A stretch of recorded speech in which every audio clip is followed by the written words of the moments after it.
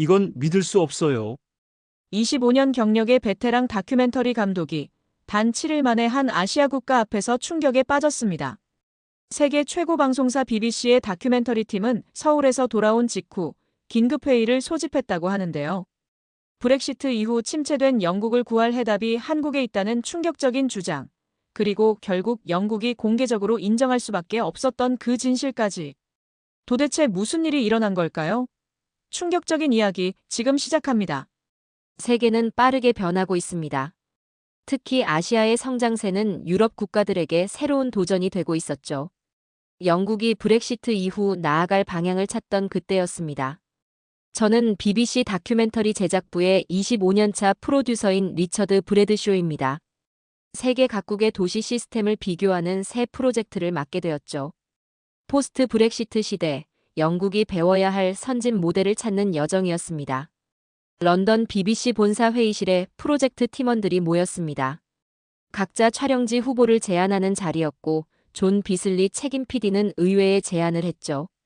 요즘 한국이 많은 분야에서 화제더군요. 서울을 한번 고려해보는 게 어떨까요? 솔직히 반신반의했습니다. 독일과 일본은 여러 차례 다큐멘터리로 다뤘지만 한국은 처음이었죠. K-팝과 드라마 정도는 알고 있었지만 도시 시스템이 과연 선진국 수준일까 의구심이 들었습니다. 그래도 팀의 의견을 존중해 서울행을 결정했고 런던 히스로 공항에서 인천행 비행기에 탑승했죠. 창가에 앉아 노트북을 열고 한국에 관한 자료를 다시 훑어보았습니다. 브렉시트 이후 영국 경제가 침체된 반면 한국은 2024년에도 3.1%의 성장률을 기록했다는 통계가 눈에 들어왔습니다.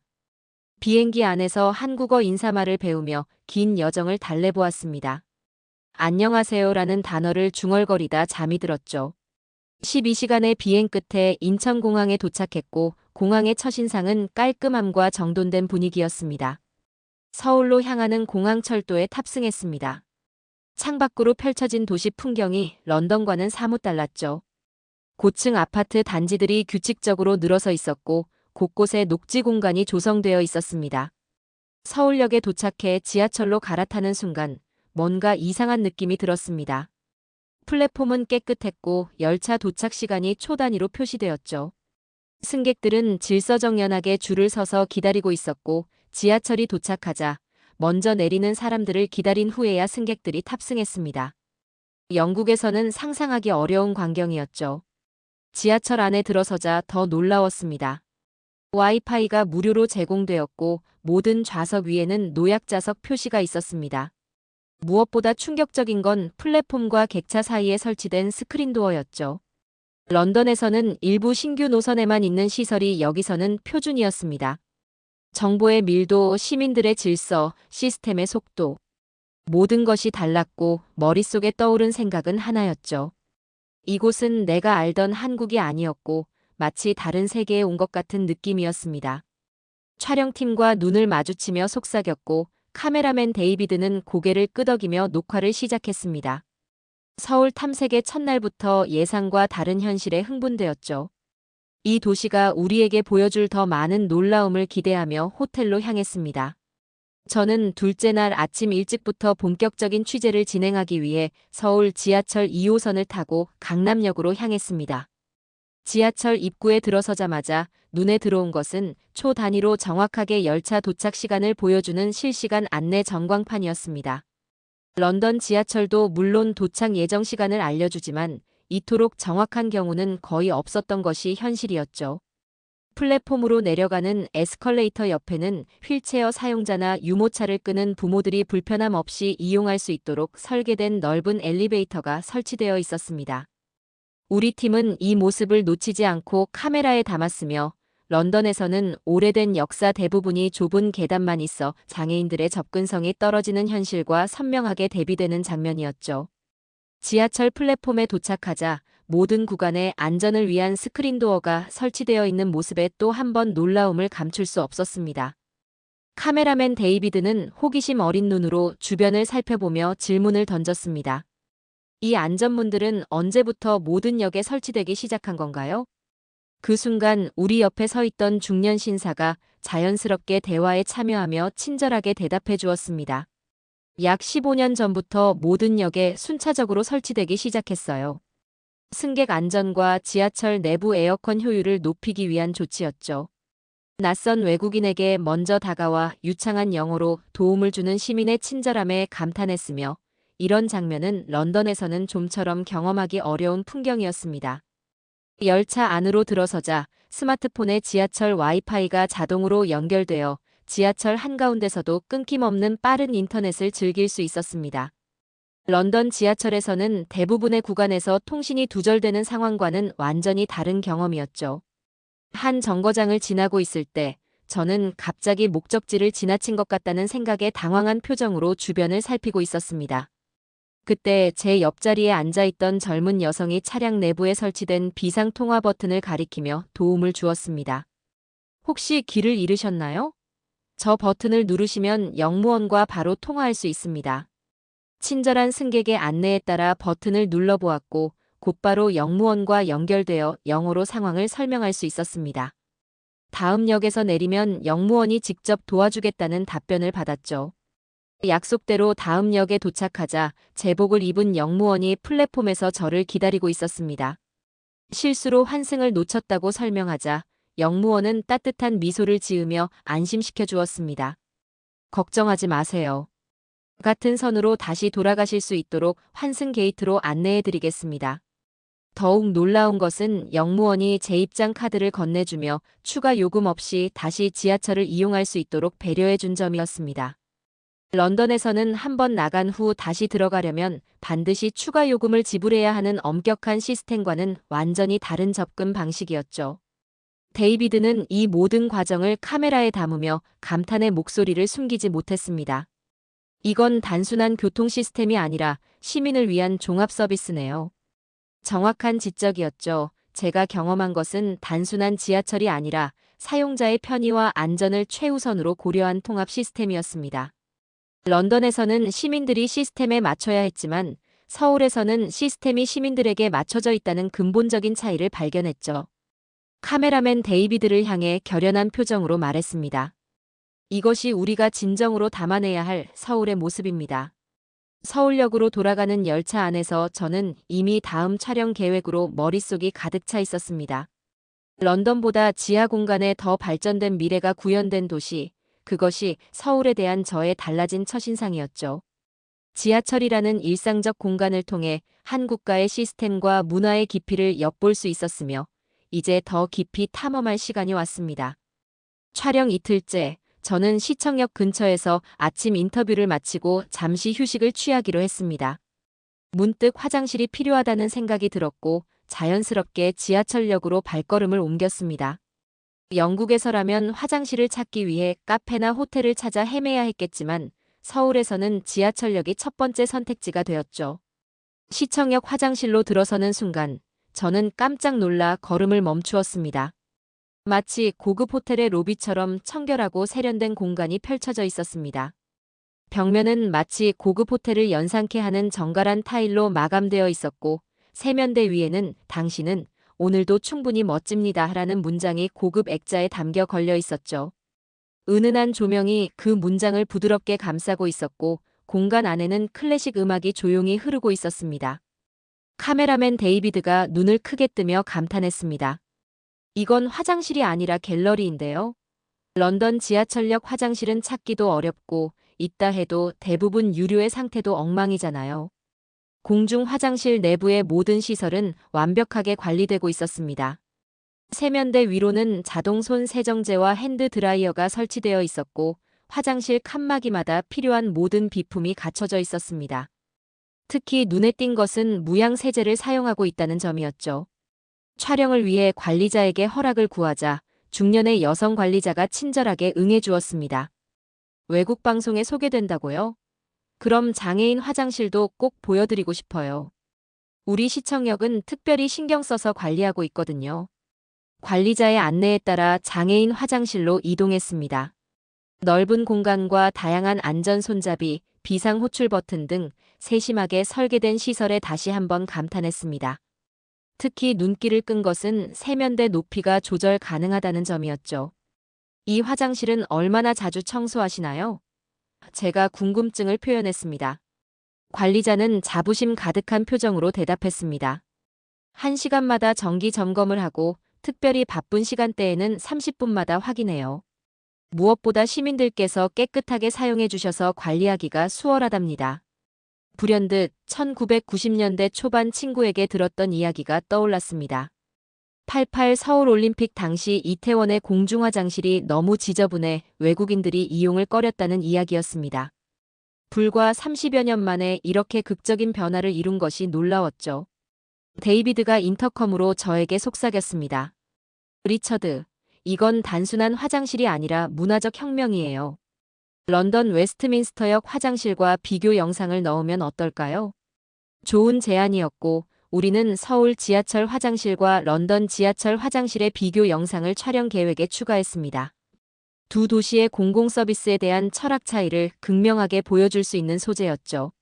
화장실을 나서는 길에 한 외국인 관광객이 저희에게 다가왔습니다.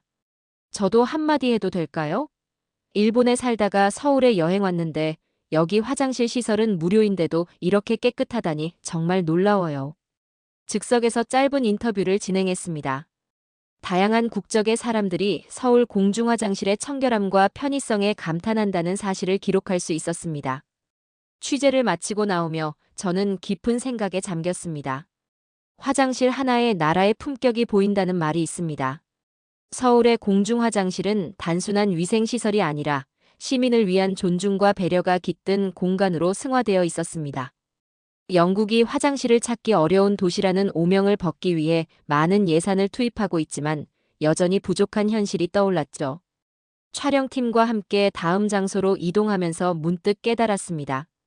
하찮게 여겨질 수 있는 공중화장실조차 이토록 완벽하게 관리하는 나라라면 다른 공공 시스템은 얼마나 잘 운영되고 있을지 기대가 되었습니다. 한국을 더 깊이 이해하기 위한 단서를 발견한 것 같은 기분이었습니다.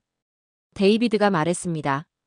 기술만 발전한 것이 아니라 시민의 살 구석구석까지 신경 쓴 결과라는 것이 이제야 서울의 실체가 보이기 시작하네요. 고개를 끄덕이며 저는 다음 촬영 장소를 향해 발걸음을 옮겼습니다. 이 도시가 보여줄 또 다른 놀라운 면모가 기대되었습니다. 촬영 3일째, 저는 출근 시간대 지하철역 승강장의 모습을 기록하기로 했습니다. 아침 7시 반 광화문역 승강장에 도착했습니다. 평일 출근 시간임에도 불구하고 플랫폼은 놀라울 정도로 질서정연했죠. 가장 눈에 띄는 것은 바닥에 그려진 삼각형 모양의 대기선이었습니다. 승객들은 자연스럽게 이 선 뒤에서 두 줄로 서서 전철을 기다리고 있었습니다. 런던에서는 상상하기 어려운 광경이었죠. 코너에 자리 잡고 촬영을 시작했습니다. 전철이 도착할 때마다 승객들은 먼저 내리는 사람들을 기다린 후에 질서 있게 탑승했습니다. 밀치거나 새치기 하는 사람이 단 한 명도 없었습니다. 촬영 중에 한 노인이 승강장에 들어오셨습니다. 그 순간 몇몇 젊은이들이 재빨리 노약자석 주변에서 물러나는 모습이 카메라에 잡혔습니다. 노인이 편안하게 앉을 자리를 마련해주는 배려였죠. 데이비드가 감탄하며 말했습니다. 우와, 런던에서는 노약자석에 젊은이들이 앉아있는 경우가 많은데 여기서는 모두가 자발적으로 비워두네요. 노약자석 근처에서 촬영하다 보니 한 장면이 계속 반복되는 것을 발견했습니다. 노약자석에 노인이 탑승하면 대부분의 젊은이들이 일어나 자리를 양보했죠. 더 놀라운 것은 이 모든 과정이 말 한마디 없이 이루어진다는 점이었습니다. 정확히 8시 러시아워가 절정에 달했습니다. 지하철은 사람들로 가득 찼지만 이상하게도 혼잡함 속에서도 일정한 질서가 유지되었습니다. 런던의 지옥 같은 출근 시간과는 대조적이었죠. 한 외국인 관광객이 삼각형 대기선 밖에 서 있다가 지하철이 도착하자 당황하는 모습이 보였습니다. 주변 한국 시민들이 슬쩍 그를 줄 안으로 안내하는 모습도 카메라에 담겼습니다. 호기심에 그 관광객에게 인터뷰를 요청했습니다. 처음에는 이 줄이 무슨 의미인지 몰라서 혼자 당황했어요. 한국 사람들이 모두 같은 방향으로 줄 서 있는 모습이 신기했죠. 누가 강제하는 것도 아닌데 말이에요. 그의 말에 깊이 공감했습니다. 이것은 법이나 강제가 아닌 습관과 문화의 결과였습니다. 시민들의 자발적 참여로 만들어진 질서였죠. 현장 인터뷰를 위해 지하철 관리자를 만났습니다. 그는 이러한 질서 문화가 정착된 과정을 설명해 주었습니다. 처음에는 캠페인으로 시작했지만 이제는 시민들의 일상이 되었습니다. 특별한 단속이나 벌금 없이도 자연스럽게 지켜지고 있죠. 저는 카메라맨에게 노약자석 표시와 바닥의 대기선을 자세히 촬영하도록 지시했습니다. 이런 작은 디자인 요소가 어떻게 시민 행동에 영향을 미치는지 보여주고 싶었습니다. 런던으로 돌아가면 교통당국에 이 영상을 꼭 보여주고 싶다는 생각이 들었습니다. 영국에서는 먼저 탄 사람이 임자라는 무법적 관행이 여전한데 서울의 모델은 분명 배울 점이 많았습니다. 다음 인터뷰를 위해 이동하면서 저는 깊은 생각에 잠겼습니다. OECD 교통 매너 만족도 조사에서 서울이 상위권에 있다는 자료가 이해되기 시작했습니다. 이것은 단순한 교통 문화가 아니라 사회적 배려의 실천이었죠. 영국 신사의 나라라는 자부심을 가지고 있었지만 공공장소에서의 실제 행동 양식은 오히려 서울 시민들에게 배워야 할 점이 많다고 느꼈습니다. 시스템과 시민의식이 조화롭게 어우러진 결과물이었습니다. 카메라를 정리하며 데이비드에게 말했습니다. 오늘의 촬영 주제를 보이지 않는 질서의 힘으로 정하면 어떨까요? 데이비드는 고개를 끄덕이며 동의했습니다. 다음 촬영 장소로 이동하는 지하철 안에서도 저는 계속해서 서울 시민들의 질서 의식을 관찰했습니다. 그들에게는 이미 일상이 된 모습이 제 눈에는 놀라운 문화적 현상으로 비쳤습니다.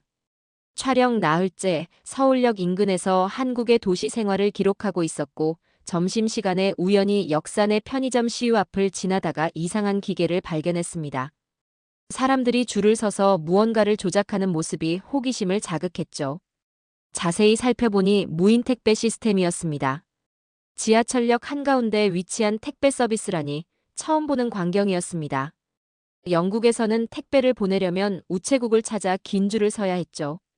카메라맨 데이비드에게 눈짓했고 그도 즉시 이해하고 촬영을 시작했습니다. 한 젊은 직장인이 점심시간에 무인 택배기를 사용하는 과정이 고스란히 카메라에 담겼습니다. 그 직장인에게 인터뷰를 요청했습니다. 혹시 이 기계 사용법을 설명해 주실 수 있을까요? 그는 친절하게 응해 주었습니다. 정말 간단해요. 스마트폰으로 QR코드를 스캔하고 받는 사람 정보와 결제만 하면 끝이에요. 박스는 기계에서 자동으로 제공되고 택배는 다음 날이면 배송돼요. 그의 설명을 들으며 영국의 복잡한 택배 절차가 떠올랐습니다. 우체국 영업시간에 맞춰 방문하고 수기로 송장을 작성하고 긴 줄을 서서 대기해야 했죠. 이곳의 효율성에 깊은 인상을 받았습니다. 촬영을 계속하던 중 60대로 보이는 한 아주머니가 무인 택배기에 접근하는 모습이 보였습니다. 고령층도 디지털 기기를 능숙하게 다루는지 궁금했죠. 놀랍게도 그녀는 어려움 없이 작업을 완료했습니다. 그녀에게도 인터뷰를 요청했습니다. 이 시스템을 자주 이용하시나요? 아주머니는 밝게 웃으며 대답했습니다. 일주일에 두세 번은 이용해요. 손주들에게 옷이나 간식을 보낼 때 주로 사용하는데 밤 10시에도 보낼 수 있어서 정말 편리해요. 그녀의 말에 저희 촬영팀 모두 놀랐습니다. 연령에 관계없이 첨단 기술을 일상적으로 활용하는 모습이 인상적이었습니다. 이런 시스템이 세대 간 디지털 격차를 줄이는데 기여한다는 생각이 들었죠. 한국 택배 산업에 대한 자료를 확인해 보니 연간 36억 건이라는 엄청난 수치가 나왔습니다. 이 무인 택배함만 전국에 1만여 개가 설치되어 있다는 사실도 알게 되었습니다. 런던이 이제야 한국식 무인 택배 시스템을 시범적으로 도입하기 시작했다는 점이 무색하게 느껴졌죠. 데이비드가 감탄하며 말했습니다. 한국은 시간도 공간도 낭비하지 않는 시스템을 갖추었네요. 이런 효율성이 경제 성장의 원동력이 아닐까요? 그의 말에 깊이 공감했습니다. 지하철역이라는 공공장소가 단순한 이동수단을 넘어 일상생활의 다양한 필요를 충족시키는 복합 공간으로 진화한 모습이었습니다. 이는 도시 설계에 대한 근본적인 철학 차이를 보여주는 사례였죠. 무인 택배기 옆에는 무인 세탁물 보관함도 있었습니다. 바쁜 직장인들이 출퇴근길에 세탁물을 맡기고 찾아갈 수 있는 시스템이었고 이동 동선을 최소화하는 서비스의 집약체였죠. 이 모든 장면을 카메라에 담으며 저는 런던 킹스크로스역의 모습을 떠올렸습니다. 그곳에는 플랫폼과 몇 개의 편의점이 전부였습니다. 비교해보니 서울의 역들이 얼마나 효율적으로 공간을 활용하고 있는지 깨달았죠. 택배 서비스 촬영을 마치고 다음 장소로 이동하며 저는 이 작은 발견이 BBC 다큐멘터리의 중요한 부분이 될 것이라 확신했습니다. 한국의 도시 시스템이 얼마나 사용자 중심으로 설계되었는지 보여주는 완벽한 사례였습니다. 서울 촬영 5째 날, 한국의 대표적인 교통 허브인 서울역과 수서역을 방문했습니다. 이번에는 역사 자체의 구조와 기능에 주목하고자 했습니다. 영국의 대형 역사들과 무엇이 다른지 비교해보고 싶었죠. 서울역 광장에 도착하자마자 그 웅장한 규모에 압도되었습니다. 고전적인 원형 돔 구조의 옛 서울역과 현대적인 유리 건물의 새 서울역이 공존하는 모습이 인상적이었습니다. 각 시대의 건축미가 조화롭게 어우러져 있었죠. 역사 내부로 들어서자 이곳이 단순한 기차역이 아니라는 사실을 깨달았습니다. 지하 1층부터 지상 3층까지 다양한 상업시설과 편의시설이 빼곡히 들어차 있었습니다. 대형 식품 매장, 의류점, 전자기기 판매점, 그리고 수십 개의 음식점이 입점해 있었죠. 특히 눈길을 끈 것은 3층에 위치한 공공도서관이었습니다. 많은 시민들이 출퇴근 시간에 책을 빌리고 반납하는 모습이 보였고, 이런 문화 공간이 역사 내에 있다는 것이 신선했죠. 촬영 도중 역사 관리자를 만나 인터뷰를 진행했습니다. 서울역은 단순한 교통시설이 아니라 종합생활 공간으로 설계되었습니다. 하루 평균 이용객이 약 30만 명에 달하는데 이들의 다양한 필요를 충족시키는 것이 목표였죠. 그의 설명을 들으며 런던의 킹스크로스역을 떠올렸습니다. 영국의 대형역도 상점들이 있지만 대부분 단순한 카페와 편의점 수준에 그쳤고 서울역은 그 차원이 완전히 달랐죠. 다음으로 수서역으로 이동했습니다.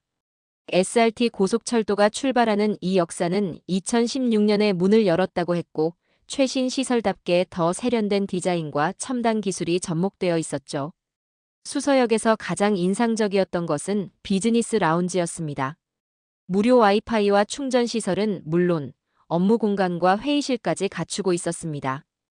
이용객들은 출발 전 업무를 처리하거나 휴식을 취하고 있었죠. 한 이용객에게 이 공간에 대한 의견을 물었습니다. 저는 일주일에 2번 정도 출장을 다니는데 이 라운지 덕분에 이동 시간을 효율적으로 활용할 수 있어요. 여기 단순히 기차를 타는 곳이 아니라 제 하루 일과의 일부가 되었죠. 역사 내 식당가도 살펴보니 패스트푸드점부터 고급 한식당까지 다양한 음식점이 있었습니다. 역 밖으로 나가지 않고도 모든 것을 해결할 수 있는 구조였죠. 데이비드가 촬영을 마치며 말했습니다. 이건 단순한 교통이 아닌 사람 중심의 도시 설계네요. 여기 도시의 축소판 같아요. 그의 말이 정확했습니다.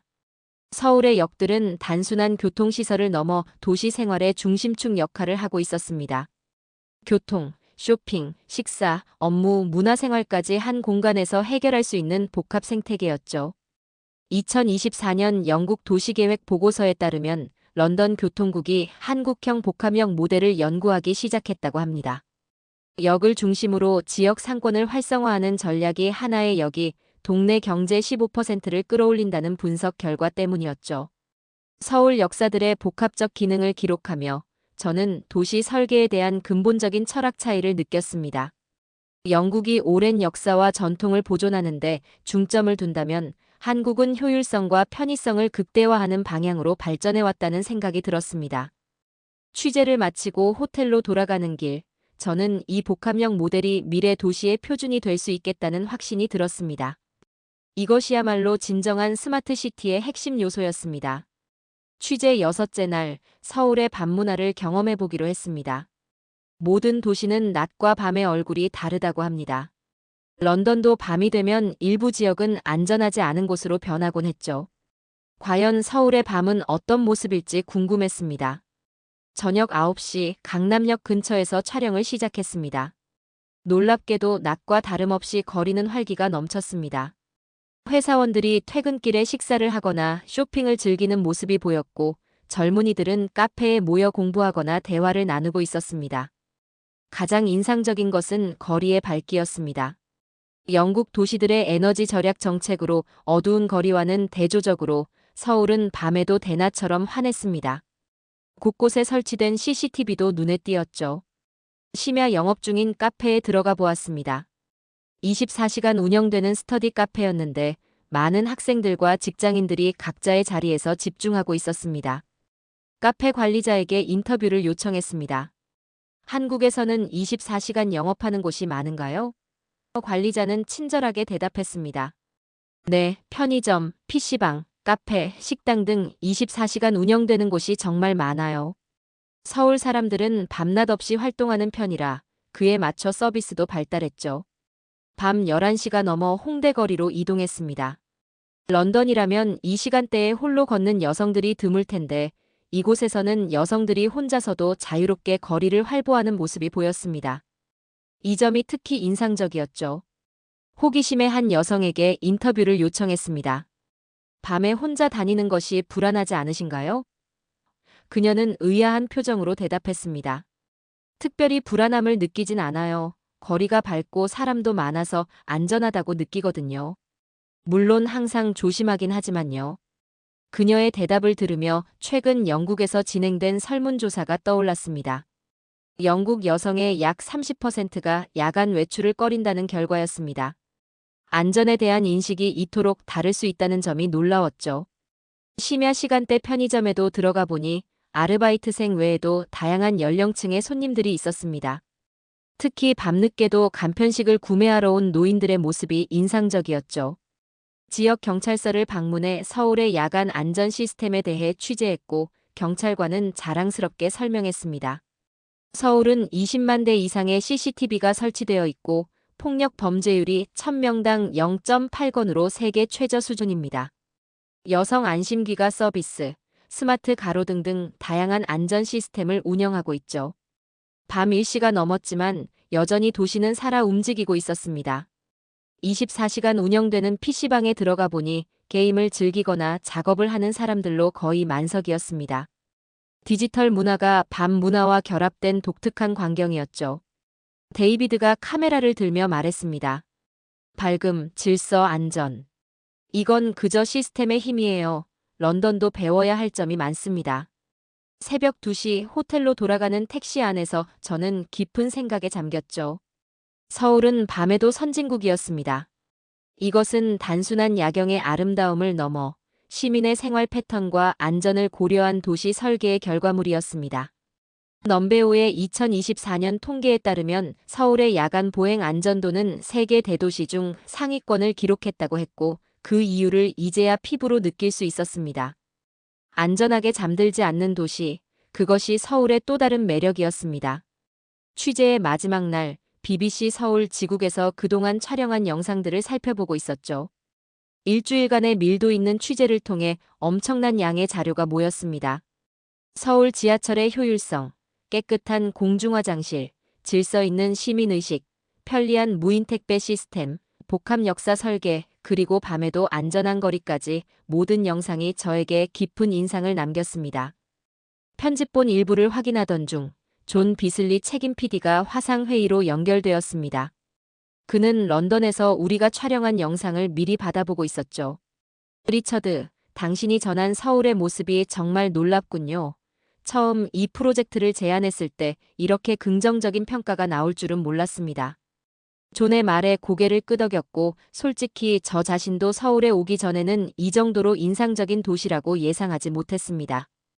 기술적으로 발달한 나라라는 것은 알고 있었지만 시스템과 시민의식의 조화가 이토록 완벽할 것이라고는 생각지 못했죠. 한국은 우리가 배울 점이 정말 많습니다.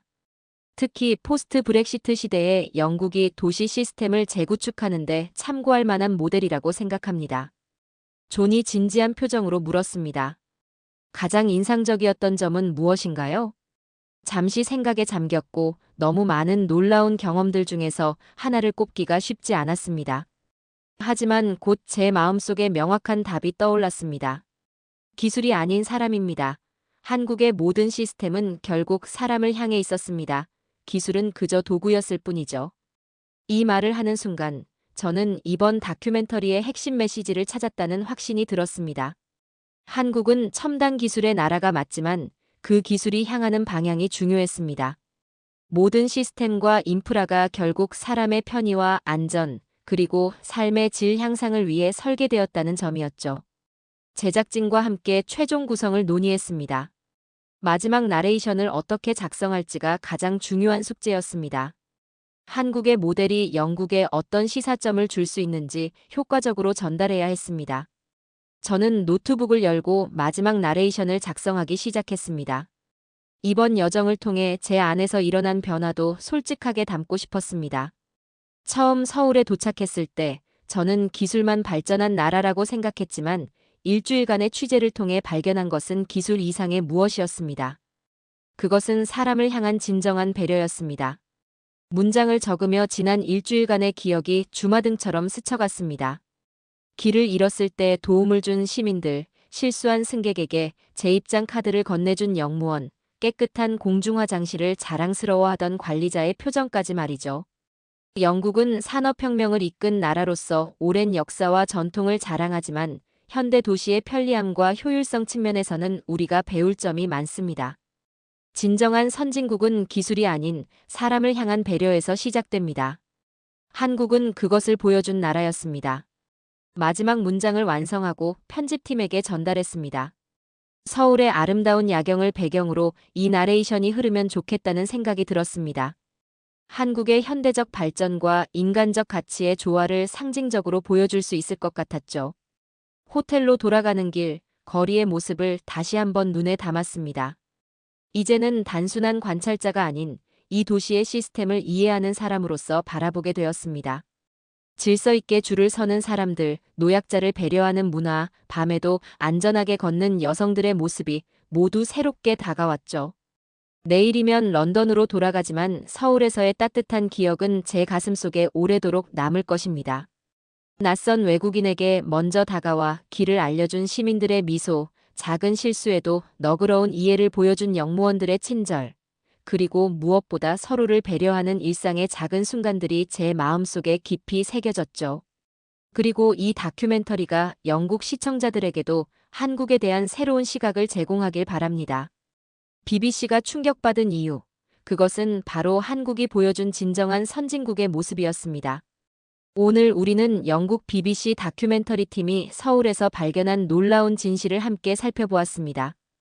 기술 발전을 넘어 사람을 향한 세심한 배려가 만든 도시 시스템, 질서 있는 시민의식, 그리고 모든 순간에 깃든 효율성과 안전함이 진정한 선진국의 모습이었습니다. 한국이 세계에 보여준 것은 단순한 경제 성장이 아닌 사람 중심의 발전 모델이라는 새로운 패러다임이었습니다. 앞으로도 사람을 향한 따뜻한 혁신으로 세계를 감동시키는 한국의 이야기 계속 전해드리겠습니다. 한국은 해양 탄소 흡수에 기여할 수 없습니다. 맹그로브도 없고 해초도 부족하고 김은 그냥 음식일 뿐이죠. 2024년 11월 스위스 제네바의 UN 본부 회의실에서 들린 충격적인 발언이었습니다. 저는 영국 옥스퍼드대 생태학자 리처드 맥킨지입니다. 국제기후포럼의 좌장을 맡아 각국의 해양기후 정책을 검토하는 역할을 하고 있었죠. 이번 포럼에는 40여 개국의 기후 전문가들이 모여 해양 탄소 흡수 방안을 논의하고 있었습니다. 중국 국가기후전략센터 부소오장 장웨이가 단상에서 이런 말을 뱉었고 회의실이 순간 얼어붙었죠. 저는 펜을 멈추고 장웨이를 바라봤습니다. 30년 넘게 생태학을 연구해 왔지만 이렇게 노골적인 비하는 처음 들어봤죠. 작은 나라, 작은 바다에서 무슨 기후 해법을 찾겠다는 겁니까? 장웨이가 계속해서 말했습니다. 한 나라의 바다를 공개적으로 폄하하는 순간이었고 회의실 곳곳에서 작은 술렁임이 일었죠. 일부 참석자들은 고개를 갸우뚱했고 어떤 이들은 불편한 표정을 지었습니다. 마음 한편으로는 분노와 함께 궁금증이 생겼죠. 과연 한국의 해양 생태계는 정말 기후변화에 도움이 되지 않는 걸까요? 과학자로서 감정보다는 사실이 중요하다고 생각했죠. 다음 발표자는 한국해양수산과학원의 박연수 박사였습니다. 그녀가 단상에 올라서며 발표 자료를 차분히 정리하는 모습이 보였죠. 저는 앞선 발언이 사실인지 확인하고 싶었습니다. 숲보다 더 강한 탄소 저장소가 한국 바다에 있습니다. 박연수 박사가 자신 있게 말했습니다. 그녀는 서울대 김종성 교수의 갯벌 실측 데이터와 군산대의 해조류 실험 자료를 차근차근 설명했습니다. 저는 그 데이터들을 유심히 살펴봤죠. 과학자로서 직감적으로 느꼈습니다. 이건 단순한 추측이 아니라 실제 측정된 수치였습니다. 놀랍게도 수치들이 상당히 구체적이고 신뢰할 만했습니다. 특히 탄소 흡수량과 저장 기간에 대한 데이터가 정밀했죠. 2년 전 바쿠에서 열린 비식생 갯벌 블루카본 회의가 떠올랐습니다. 그때도 한국이 눈에 보이지 않는 규조류의 탄소 흡수를 주장했지만 대부분 무시했었죠. 혹시 우리가 중요한 것을 놓치고 있었던 건 아닌지, 서구 과학계에 편견이 있었던 것은 아니었는지 확인이 필요했죠. 박연수 박사가 발표를 마무리하며 감동적인 말을 했습니다. 우리 바다는 말이 없지만 수백 년 동안 조용히 지구의 온도를 낮추고 있었습니다. 저는 발표 자료를 다시 한번 꼼꼼히 들여다봤습니다. 이건 추측이 아니라 명확한 데이터였습니다. 30년간 쌓아온 과학자로서의 직감이 말하고 있었죠. 뭔가 엄청난 발견이 시작되고 있다는 것을 말입니다. 제네바 회의가 끝난 지 일주일 후 저는 박연수 박사의 발표에서 언급된 완도에 대해 더 자세히 알아보기 시작했습니다. 미국 우주국이 발표한 위성사진이 제 눈길을 끌었죠. 완도 앞바다에 가득한 검은 줄무늬들이 마치 거대한 격자무늬처럼 보였습니다. 이 바다는 식량만 키우는 곳이 아니다. 이산화탄소를 흡수하는 숨은 창고다. 미국 우주국 보고서에 적힌 문장이었습니다. 수천 개의 김 양식장이 위성에서도 뚜렷하게 관찰될 만큼 규모가 컸습니다. 저는 이 현상에 대해 더 깊이 파고들어야겠다고 생각했죠. 과학자로서 호기심이 발동했습니다. 김 양식장이 정말 탄소를 흡수하는 것일까요? 지금까지 제가 알고 있던 블루카본 개념과는 다른 접근이었습니다. 맹그로브나 잘피가 아닌 인공 양식장에서 탄소 흡수가 가능하다는 게 믿어지지 않았죠. 완도군은 담수나 비료 없이 바닷물과 햇빛만으로 김을 키우는 친환경 방식을 100년 가까이 유지해왔습니다. 과거에는 검은종이라고 놀림받던 김이 지금은 전 세계 122개국으로 수출되는 효자 상품이 되었죠. 이런 변화는 언제부터 시작된 것일까요? 완도 어민들의 일상을 조사해보니 놀라운 사실들이 드러났습니다. 하루에 20척 이상의 배가 바다로 나가고 매일 400톤 이상의 김이 경매장으로 들어온다고 했죠. 완도 김 한 장에는 어민의 손길과 바다의 숨결이 함께 담겨 있습니다. 이 규모라면 상당한 탄소 흡수가 가능할 것 같았죠. 하지만 정확한 수치가 필요했습니다. 2024년 중반, 미국 우주국과 세계은행, 세계자연기금 전문가들이 완도를 직접 방문했습니다. 저는 그들의 방문 기록을 찾아봤죠. 국제기구들이 한국의 작은 섬마을에 관심을 갖는다는 것 자체가 특별한 일이었습니다. 이들은 완도의 김양식 현장을 직접 둘러보며 탄소 흡수 메커니즘을 확인했다고 했죠. 비료도 없이 이렇게 많은 탄소를 바다에서 흡수할 수 있다니 놀랍습니다.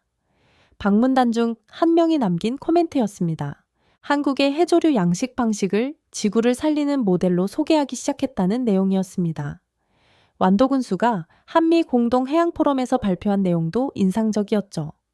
우리는 밥상 위의 반찬으로만 보던 김을 지구를 살리는 자원으로 키우고 있습니다.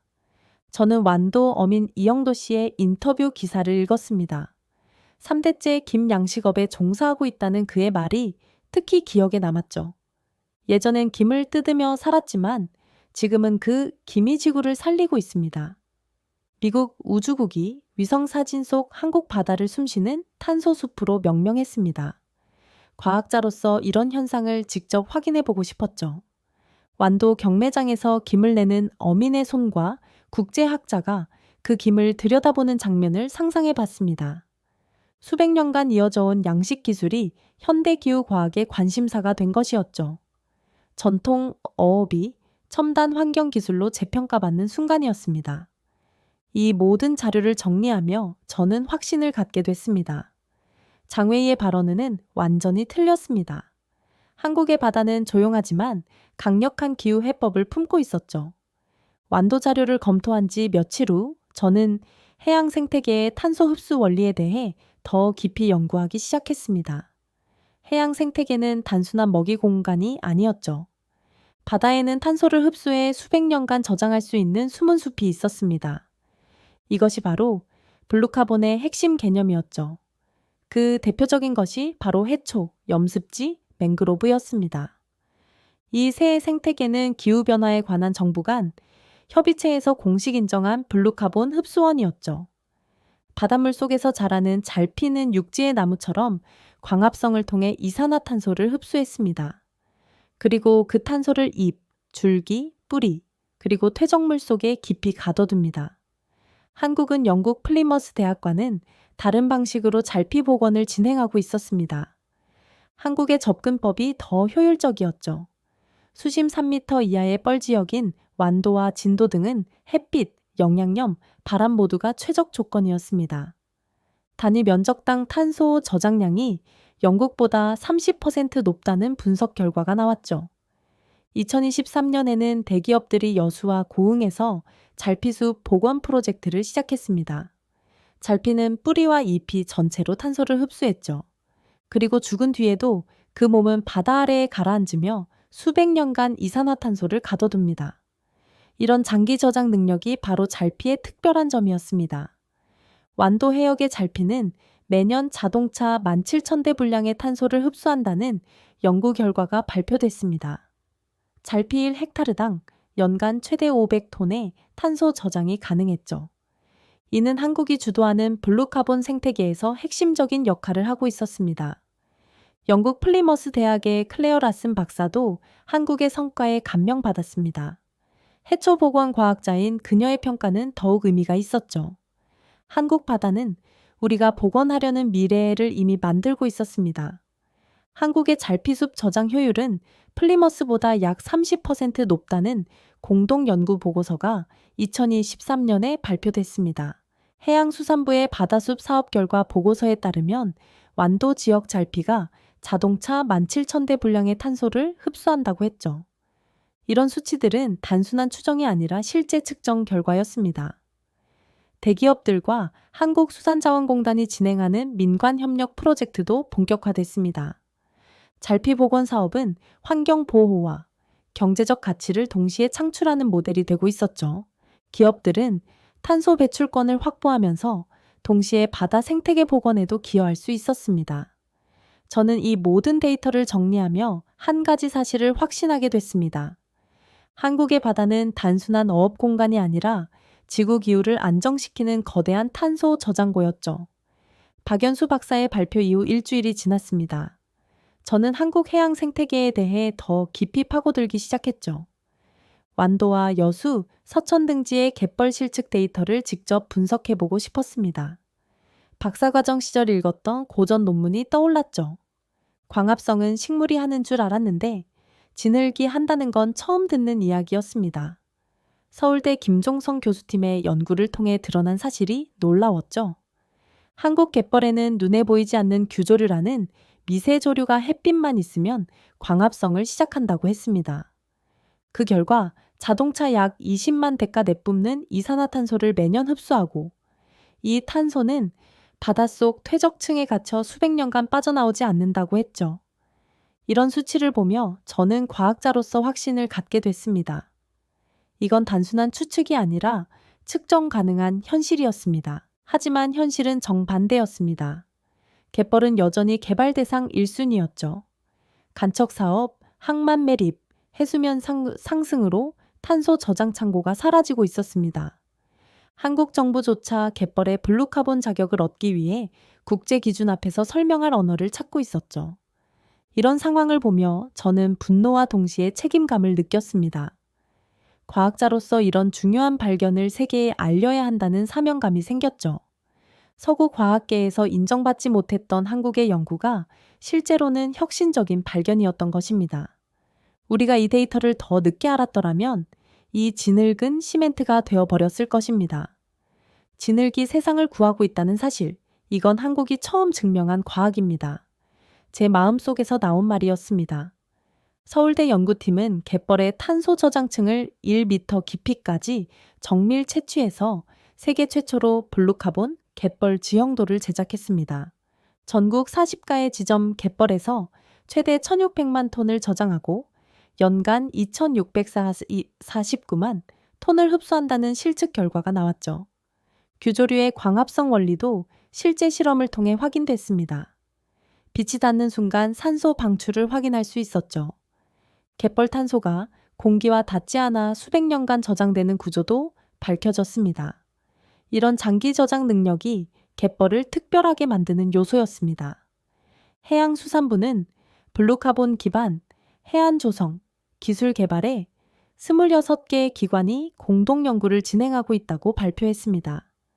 이 프로젝트는 국가 차원에서 갯벌의 중요성을 인정하기 시작했다는 신호였죠. 젊은 연구원들이 갯벌에 엉금엉금 기어 들어가는 모습을 본 마을 주민들이 우리도 도와줄까 하며 웃는 장면이 인상적이었습니다. 저는 이 모든 자료를 정리하며 한 가지 확신을 갖게 됐습니다. 갯벌은 냄새나고 더럽다고만 여겨졌지만 실제로는 우리 후손들의 공기창고였습니다. 한국의 갯벌이 지구의 허파 역할을 하고 있었던 것이죠. 60대 어촌 어르신의 말씀이 떠올랐습니다. 갯벌은 냄새나고 더럽다고만 했지 그게 우리 손주의 공기창고일 줄은 몰랐다고 하셨던 말씀이 새삼 의미 있게 다가왔습니다. 갯벌 연구 자료를 정리한 후 저는 완도에 직접 방문하기로 결심했습니다. 군산대 김주영 교수가 진행 중인 해조류 실험실을 찾아가고 싶었죠. 2024년 12월 초 드디어 완도행 비행기에 몸을 맡겼습니다. 30년간의 연구 경험 중에서도 가장 흥미진진한 현장 조사가 될 것 같았습니다. 과연 한국의 해조류 양식이 정말 탄소 흡수 장치로 작동하는지 직접 확인해 보고 싶었죠. 김주영 교수를 만나자마자 저는 직접적으로 물었습니다. 김, 미역, 다시마 같은 해조류가 정말 탄소를 저장한다고 보십니까? 그는 저를 실험실로 안내하며 광합성 측정 센서를 보여줬습니다. 저는 직접 들여다보며 확인했죠. 광합성 속도, 산소 방출량, 용존 탄소량까지 모든 데이터가 실시간으로 측정되고 있었습니다. 이런 정밀한 측정 장비를 보니 한국의 기술 수준이 상당하다는 걸 실감할 수 있었죠. 군산대 연구팀은 실험을 통해 놀라운 사실을 밝혀냈습니다. 양식 중인 해조류는 햇빛을 더 많이 받고 수온이 낮은 겨울철에 양식되기 때문에 자연산보다 탄소 흡수 속도가 2배 이상 빠르다고 했죠. 그리고 해조류 특유의 끈적한 성분이 분해되지 않아 죽은 후에도 바다 아래 가라앉아 오랜 시간 탄소를 붙잡고 있었습니다. 이 데이터를 기반으로 한국 정부는 기후변화에 관한 정부 간 협의체에 김양식장 탄소 흡수 수치 자료를 공식 제출했습니다. 저는 국제검토위원으로 이 회의에 참여하게 됐죠. 2025년 1월 제네바에서 열린 검토회의에서 저는 이렇게 말했습니다. 이건 해양 음식이 아닙니다. 과학적 탄소 흡수 장치입니다. 한국은 이걸 100년 전에 시작했을 뿐입니다. 회의실 분위기가 완전히 바뀌었습니다. 기미기후 해법이라는 주장에 대해 반신반의하던 각국 대표들이 진지하게 경청하기 시작했죠. 네덜란드 대표는 놀란 표정으로 속삭였습니다. 한국은 그걸 입으로 먹는 동시에 바다로 키워왔다니 대단하네요.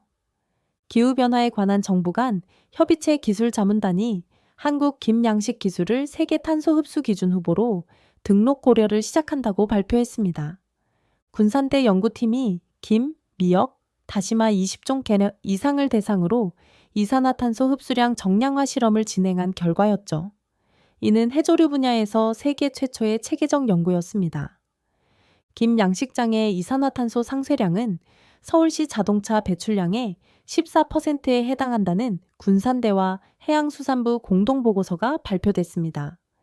해조류의 점액 성분이 탄소를 수용성으로 전환한 후 오랜 시간 바닷속에 저장한다는 원리도 규명됐죠. 한국 양식 기술은 세계 해조류 양식 수출 시장에서 3위를 차지하고 있었습니다. 단순한 음식 생산이 아니라 환경 기술의 차원에서 접근한 결과였죠. 저는 이 모든 과정을 지켜보며 확신했습니다. 이들은 탄소 경제의 새로운 길을 열고 있었던 것입니다.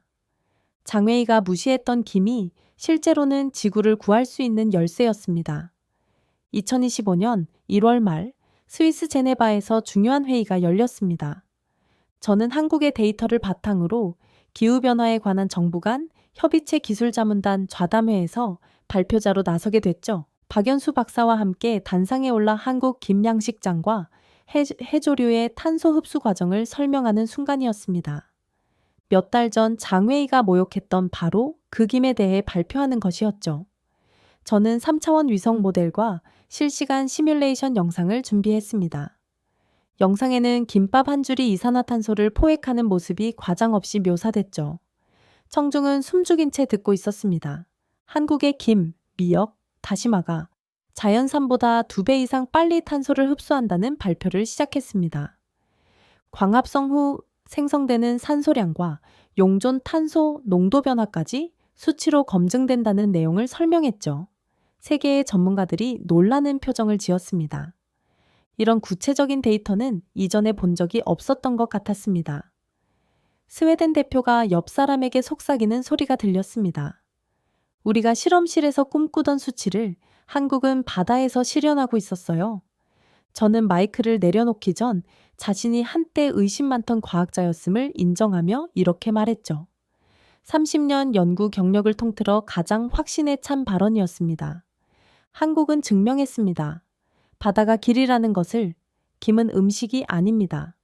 이건 지구가 숨을 다시 쉬게 하는 기술입니다.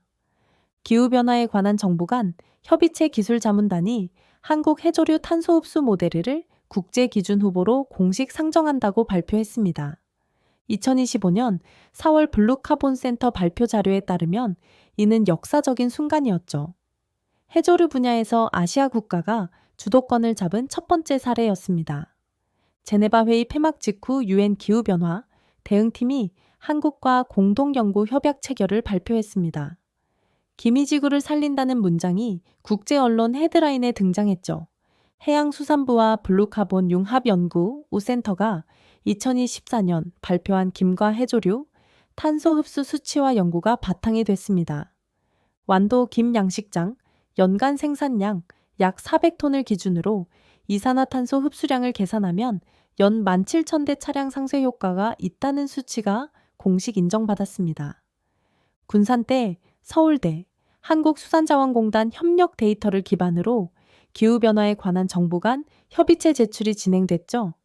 이 모든 과정을 지켜보며 저는 과학의 힘을 새삼 실감할 수 있었습니다. 2025년 블루카본 국제포럼에서 한국 해조류 기술이 정식 논의 대상으로 등재됐습니다. 완도 어민들이 작은 포구에 모여 국제 발표 장면을 텔레비전으로 보는 모습이 인상적이었습니다. 3대째 김양식업에 종사하는 이영도 씨도 그 자리에 있었죠. 바다에서 평생을 살아온 어민들의 눈빛이 자랑스러워 보였습니다. 2025년 2월 초 완도군과 한국남동발전, 수산자원공단이 협력하여 세계 최초의 해조류 기반 블루카본 배출권 거래 시범 사업을 시작했습니다. 김양식 어민 100여 명이 참여해 탄소도 수확물로 삼는 역사적인 순간이었죠. 거래가 처음 성사되던 날 이영도 어민이 수협 직원에게 한 말이 인상적이었습니다. 이젠 김으로 돈도 벌고 지구도 지키네요. 김과 잘피, 갯벌 3가지를 묶은 블루카본 3총사 모델이 공식화됐습니다. 이 모델은 기후변화에 관한 정부 간 협의체, 세계은행, 세계자연기금이 함께 지지한 구조였죠. 한국 정부는 향후 20년간 최대 5천억 원 규모의 탄소 크레딧 시장 창출을 기대한다고 발표했습니다. 저는 다시 한국을 찾았습니다. 국제사회의 인정을 받은 한국의 블루카본 현장을 직접 보고 싶었죠. 완도포구에서 이영도 씨를 만났을 때 그가 한 말이 마음에 깊이 남았습니다. 바다에서 평생을 살아온 어민의 지혜가 담긴 말이었습니다. 과학자인 저보다 훨씬 본질을 꿰뚫고 있었죠. 기후해법은 거대한 기술이 아니었습니다. 바다 위 작은 손에서 태어났죠. 국제 언론들이 연달아 보도하기 시작했습니다. 전복도 먹고 지구도 살리는 완도의 바다. 김한장이 17g의 탄소를 가뒀다는 내용이었죠. 한국이 탄소 경제의 세기를 제시한다는 평가가 나왔습니다. 유럽과 미국, 일본의 주요 언론들이 완도를 주목하기 시작했습니다. 해외 바이어들이 완도로 몰려와 한국 양식 기술 연수를 받기 시작했습니다. 이영도 씨는 그들에게 직접 바다에 발을 담그게 했죠.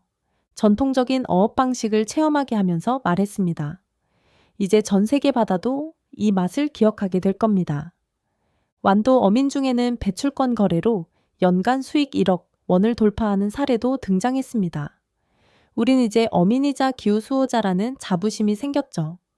김, 갯벌, 잘피가 묶여 블루카본 탄소 저장, 국가 모델로 국제 인증을 추진하게 됐습니다. 마을 분위기도 완전히 달라졌습니다. 예전엔 쓸모없다던 갯벌이 이젠 돈 되는 땅이 됐다는 이야기를 들었습니다. 배출권 수익으로 마을의 놀이터와 독서관을 만든 어민 공동체 사례도 있었죠. 젊은 세대들이 고향으로 돌아와 부모의 양식업을 이어받겠다고 나서는 경우도 늘어났습니다. 저는 이런 변화가 단순한 경제적 이익을 넘어서는 의미가 있다고 생각했습니다. 블루카본 시범 배출권 거래는 2023년 완도를 기반으로 한국 남동발전 시범 사업에서 시작됐습니다. 세계은행과 세계자연기금이 블루카본 3총사 모델 구상 자료에 한국 사례를 반영했죠. 2025년 기준 김 1톤당 탄소 흡수량은 최대 500kg으로 추정됐습니다.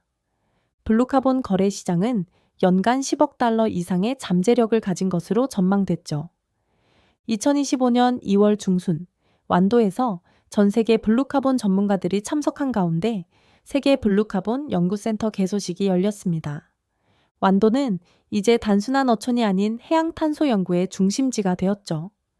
유엔은 이 개소식을 계기로 매년 2월을 블루카본 인식 증진의 달로 지정한다고 발표했습니다. 한국이 이런 규모의 블루카본 연구센터를 아시아 최초로 설립한 것이었습니다. 저는 이 의미 있는 순간을 직접 목격할 수 있어서 보람이 있었죠. 몇 달 전 장웨이가 김은 그냥 음식일 뿐이라고 폄하했던 그 김이 이제 국제 학술 연구의 핵심 주제가 되어 있었습니다.